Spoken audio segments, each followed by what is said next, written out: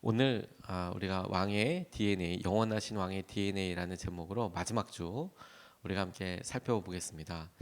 하나님께서 다윗에게 약속하셨던 하나님의 약속, 곧 다윗에게 내가 너의 아버지처럼 너의 자손들을 대하고 그들은 나의 자녀처럼 하나님 인도하시겠다.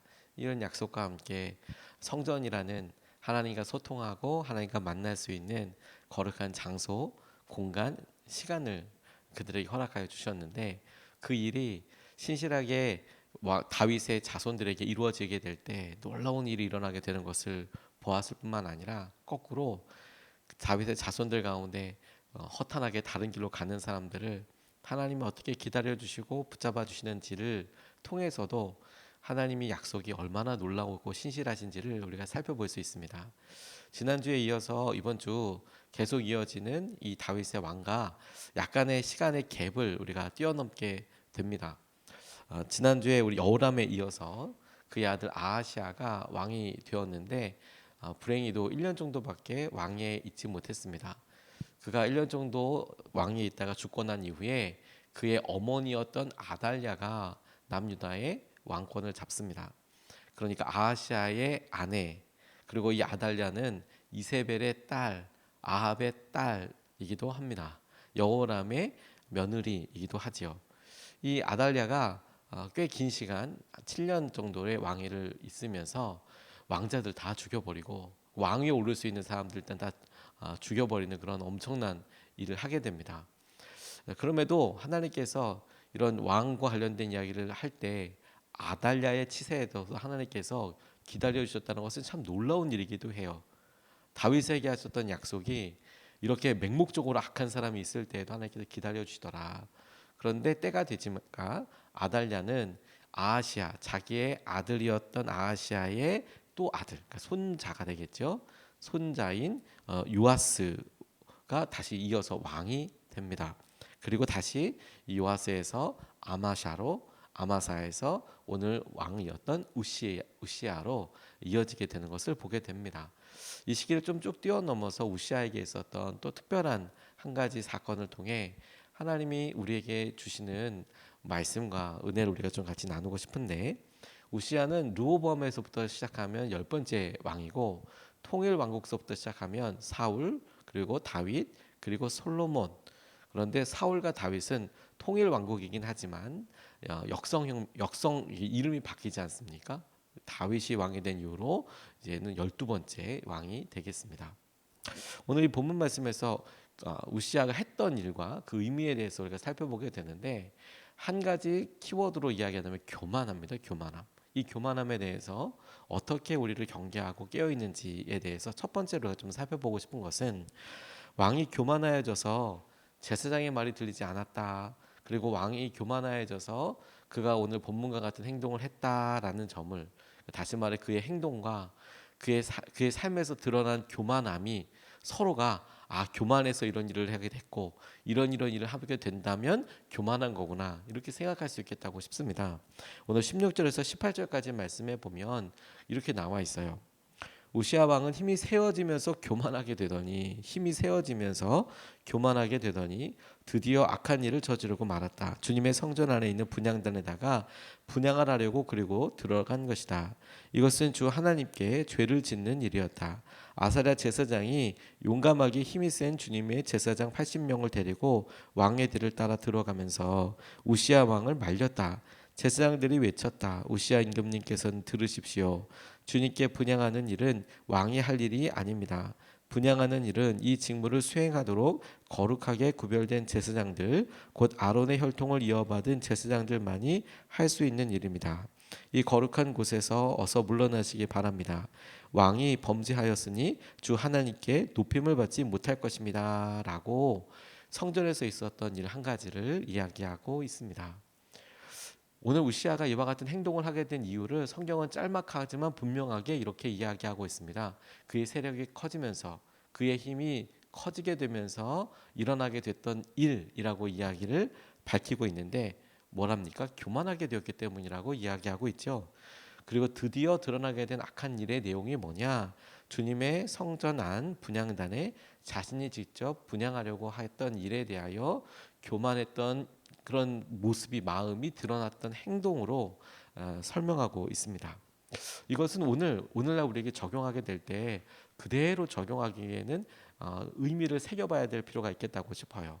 왜냐하면 지금 신약 시대에 하나님께서 우리 모두에게 성령으로 함께 하시고 우리 마음의 성전과 우리에게 모두가 다 거룩한 사람이라 모두가 다 하나님의 일과 하나님께서 하는 만인 제사장 우리 모두가 다 주님의 부르심 받은 사람이다.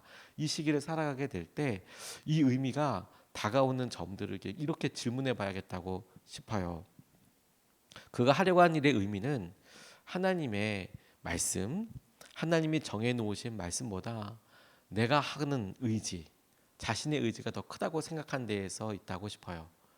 다시 말해서 하나님께서 한 지파를 선택하셔서 그들에게 성전에 관련된 일을 맡기고 그리고 그런 맡겼던 여러 일들을 통해서 잡무들, 그들이 해야 될 일들, 그들이 희생해야 될 대가들 이런 일들을 적어 놓으셨단 말입니다. 처음부터 좋았던 건 아니에요. 처음부터. 그런데 역사적으로 봤을 때 이 제사장들과 레위인들이 하는 일을 부러워하는 사람들도 있었습니다. 그러니까 그들이 했던 일을 부러워하는 사람들도 있었어요. 다시 말해서 저 사람들은 저렇게 성전 옆에서 땅 주고 전쟁도 안 나가고 저렇게 살아가는 것에 대해서 처음에도 아니 하나님께서 아론을 통해서 제사장을 통해서만 이야기하시냐 그렇게 이야기하는 사람들도 있었어요. 그래서 많은 사람들이 죽어나가기도 했습니다.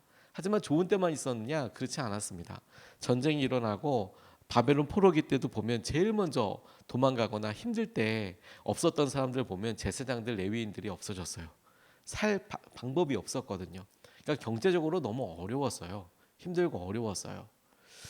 이스라엘 백성들이 종교적으로 그들이 마음으로 깨어 있고 이럴 때에는 다시 말해 다윗과 솔로몬이나 이런 치세에 있을 때는 많은 재물과 예물들이 있어서 그들이 음식 같은 거 떨어질 생각하지 않고 나름 제법 목소리도 낼 수 있으면서 영향력을 미칠 수도 있었어요. 계속 그랬냐? 아니었습니다. 오히려 사회가 힘들고 어려웠을 때에는 그들 가운데 제일 먼저 도망가고 힘든 일들을 하게 됐죠. 그런데 그와 같은 일이 그래도 이루어지게 된 것이 무엇이냐면 하나님께서 미리 정해 놓으신 말씀. 그리고 그런 말씀을 따라서 레위자 사람들은 그들이 하고 있는 것들을 보았을 때 혜택과 특権만 있는 것이 아니라 그들이 그것 때문에 희생과 대가 지불들이 있었거든요. 너희들은 다른 건 하지도 않고 뭐 성전에서 실제라는 일 잡일들이고 그런 일들이죠. 그러니 어떤 때는 와 저렇게 좋아? 저거 놀고 먹는 거 아니야? 그렇게 생각하는 사람도 있었을 거고 어떤 때는 야 저걸 왜 해? 저 힘든 걸 왜 해? 마치 여러분 요즘 우리가 사역의 길이나 목회자들 이렇게 봤을 때 막 교회가 부흥하거나 막 이럴 때는 와 나도 큰 교회 목사님 되고 싶어. 아 내가 이런 사역자가 되고 싶어. 이런 사람들이 많아지다가 힘들고 어려워질 때 되면 목회 길을 어떻게 가? 힘들고 어렵고 그렇게 되는데 이런 느낌처럼 레위 사람들도 제사장들도 왔다 갔다 했단 말입니다. 우시아가 그의 치세에 세력이 강해졌어요. 그리고 우시아를 특별히 살펴본 것도 그가 하나님의 마음과 상황에 대해서 굉장히 적극적으로 반응했던 사람 중에 한 사람이었거든요. 근데 그러니 우시아 시대에 하나님께서 제사장들과 레위 사람들의 그런 목소리가 당연히 크게 들렸을 수밖에 없겠어요. 그런데 우시아가 그런 일들에 대해서 나도 똑같이 영향력을 발하고 나도 똑같이 할 수 있다라고 표현한 것은 하나님께서 정해놓으신 여러 일들과 상황들 가운데 희생과 대가나 이런 거 없이 나도 그렇게 할 수 있고 상황이 있고 또 하나님이 정해놓으신 상황들을 내 의지가 더 커. 내 뜻대로 할 거야. 근데 그걸 교만으로 보셨다라는 거예요. 뿐만 아니라 자신의 결정권이 더 높다라고 생각을 한 것도 있습니다. 자신의 결정권을 가지려고 하고 그리고 내가 결정해서 하나님이 세우신 제사장들의 말도 무시할 정도 그게 교만이라는 거예요.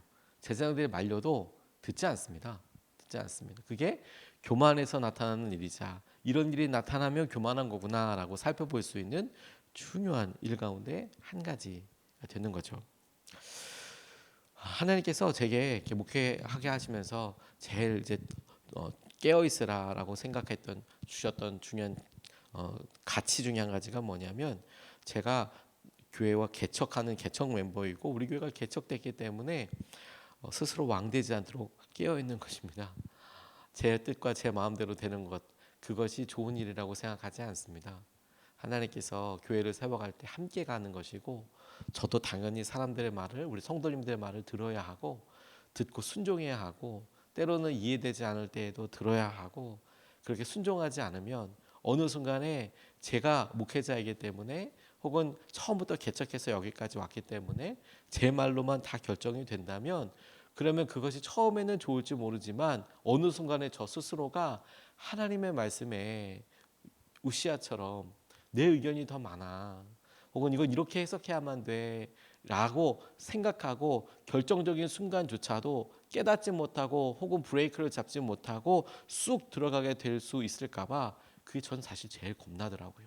점점 더 그런 걸 느끼게 됩니다. 스스로 그런 일들에 깨어 있고 의미를 부여하고 거기에 기도를 더 많이 해보고 꼼꼼히 생각해보지 않으면 어느 순간에 훅 넘어가게 돼서 내 뜻과 내 상황대로 내가 결정하고 내 말이 옳다고 생각하고, 그쯤 되면 주위 사람들 누구 말도 들리지 않습니다. 그게 두려운 거예요. 그게.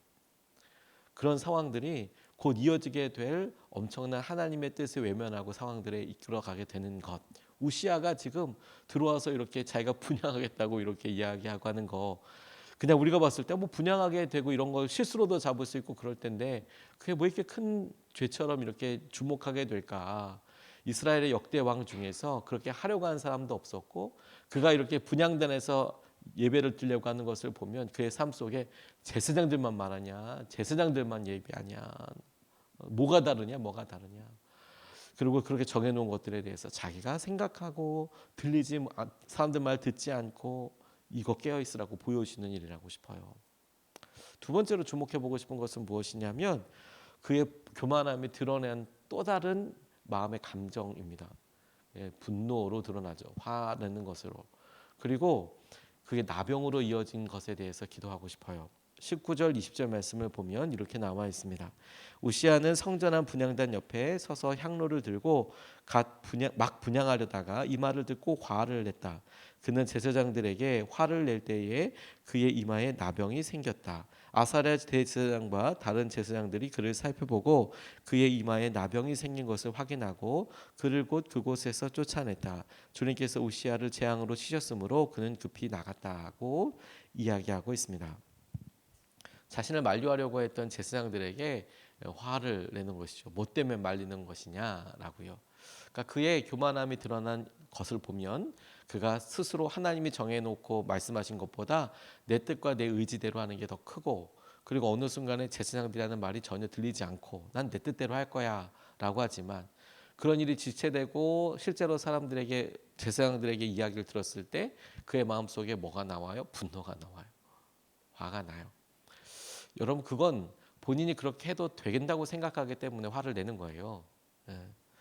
이 말이 뭐 목회자에게 화를 내지 말라는 얘기 아니고, 그가 하고 있었던 교만함의 것이 누구에게라도, 여러분 누구에게라도 우리가 화가 나고, 우리가 다른 사람들에게 가족이든 누구든 우리가 너무 당연하게 화를 내고 있고 오랜 기간 동안 그 화가 유지된다면, 적어도 그것을 통해서 우리의 태도를 점검해야 될 첫 번째 태도가 뭐냐면, 내가 그 사람에 대하여 교만하고 있지 않는가? 내가 그 사람에게 화를 내도 된다고 생각하고 있는 것은 아닌가? 내가 당연히 화가 나도 된다고 생각하는 이유들에 내 스스로가 묶여 있는 것은 아닌가?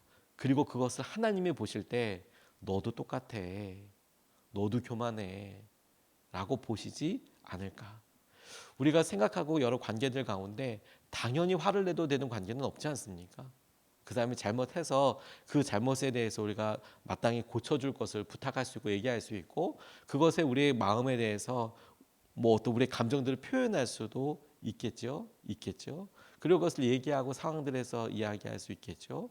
그래서 감정이라는 것이 자연스러운 감정이긴 하지만, 당연히라는 것보다 이제 의미와 이유가 상당히 중요하거든요. 근데 오늘 우시아가 자기를 만류하고 있었던 사람에 있어서, 적어도 그는 지금 하나님께서 정해놓으신 법도 말씀, 이렇게 해라라고 하는 말씀에 순종하는 것도 아니고, 자기에게 영적으로 도움을 주려고 했던 제사장들의 말을 듣는 것도 아니고 자기의 행동을 말린다는 것만으로도 화를 내도 된다고 생각을 하는 거죠. 성전 안에서. 그걸 교만함이라고 그런다는 거예요. 그거를. 근데 안타깝게도 그의 교만함이 무엇으로 이어졌습니까? 나병으로 이어졌습니다. 보일 만한 어떤 일들로. 제 삶에 하나님께서 이와 같은 일들을 한번 적용하고 이게 우리에게 어떻게 적용이 될까 이런 질문들을 해보게 됐어요. 만약 우리가 하나님의 말씀대로 불순종하게 되었을 때 우시아처럼 몸에 막 갑자기 두드러기가 난다든지 나병이 난다든지 이러면 아마 하나님 말씀에 다 순종할 것 같습니다. 그렇지 않습니까? 하나님 말씀대로 살지 않았더니 막 몸이 아파요. 병원에 막 가요. 저는 그래서 하나님께로 돌아온 분들도 여럿 알고 있습니다.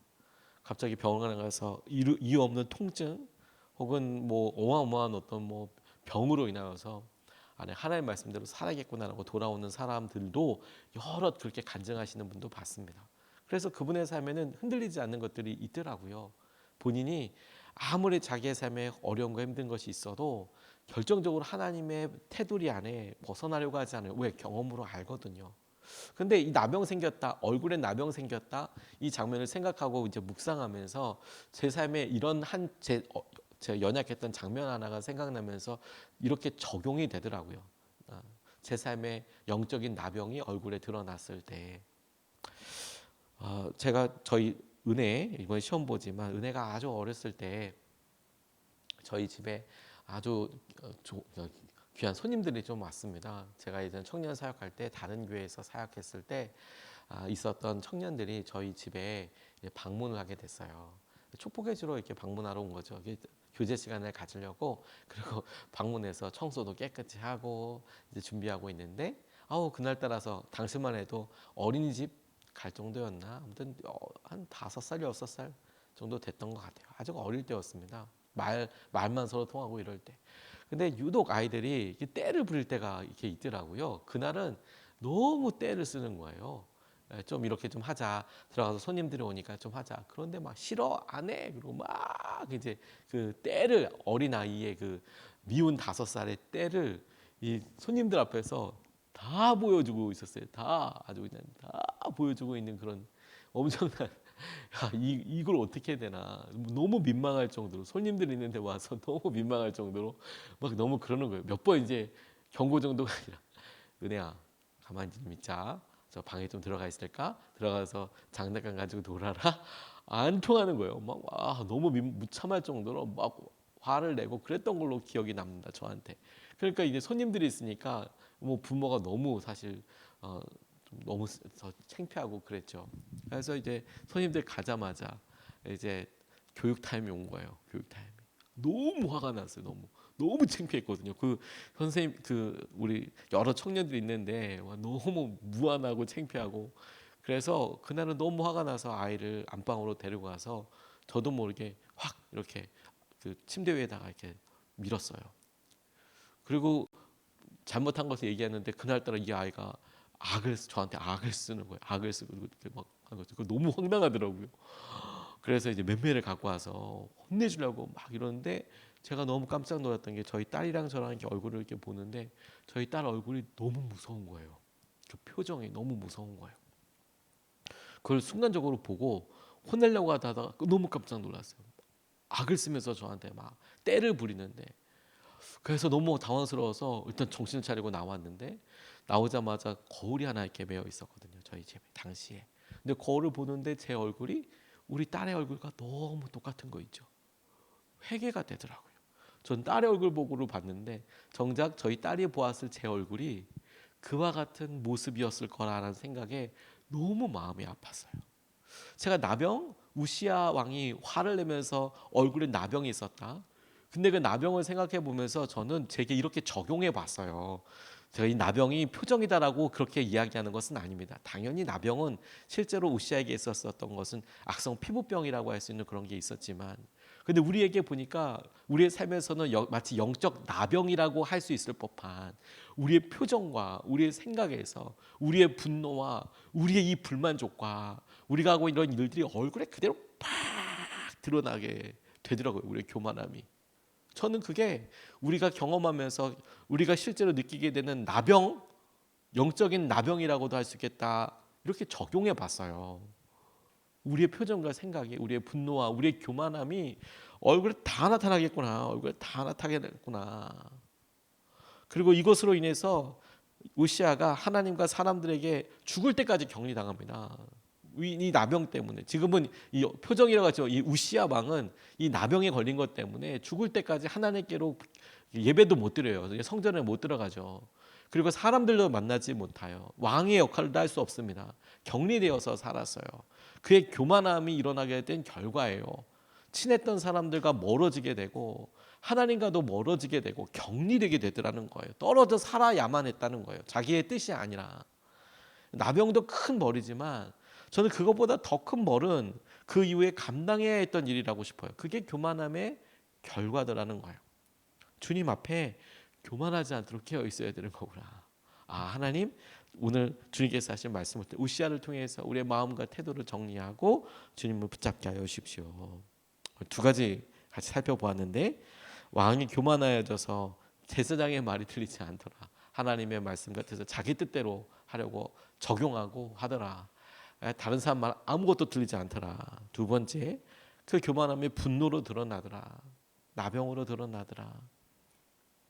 우리의 표정과 생각을 붙잡고 한번 나아가 보면 좋겠습니다. 오늘 말씀을 붙잡고 두 번 나눠서 같이 기도하겠습니다. 첫 번째, 주님의 말씀과 사람들의 말에 영적으로 깨어있게 하시고 온전하게 분별하게 해주십시오라고 기도하고 싶습니다. 우리가 연약하고 부족할 때 당연히 주위 사람들을 사용하시지 않겠습니까? 주님의 말씀과 사람들의 말에 영적으로 깨어있게 하여 주십시오. 온전히 분별하게 하여 주십시오. 주님께서 하신 은혜 가운데 우리가 보고 서고 알게 하여 주십시오. 우리가 첫 번째로 같이 함께 기도하시겠습니다.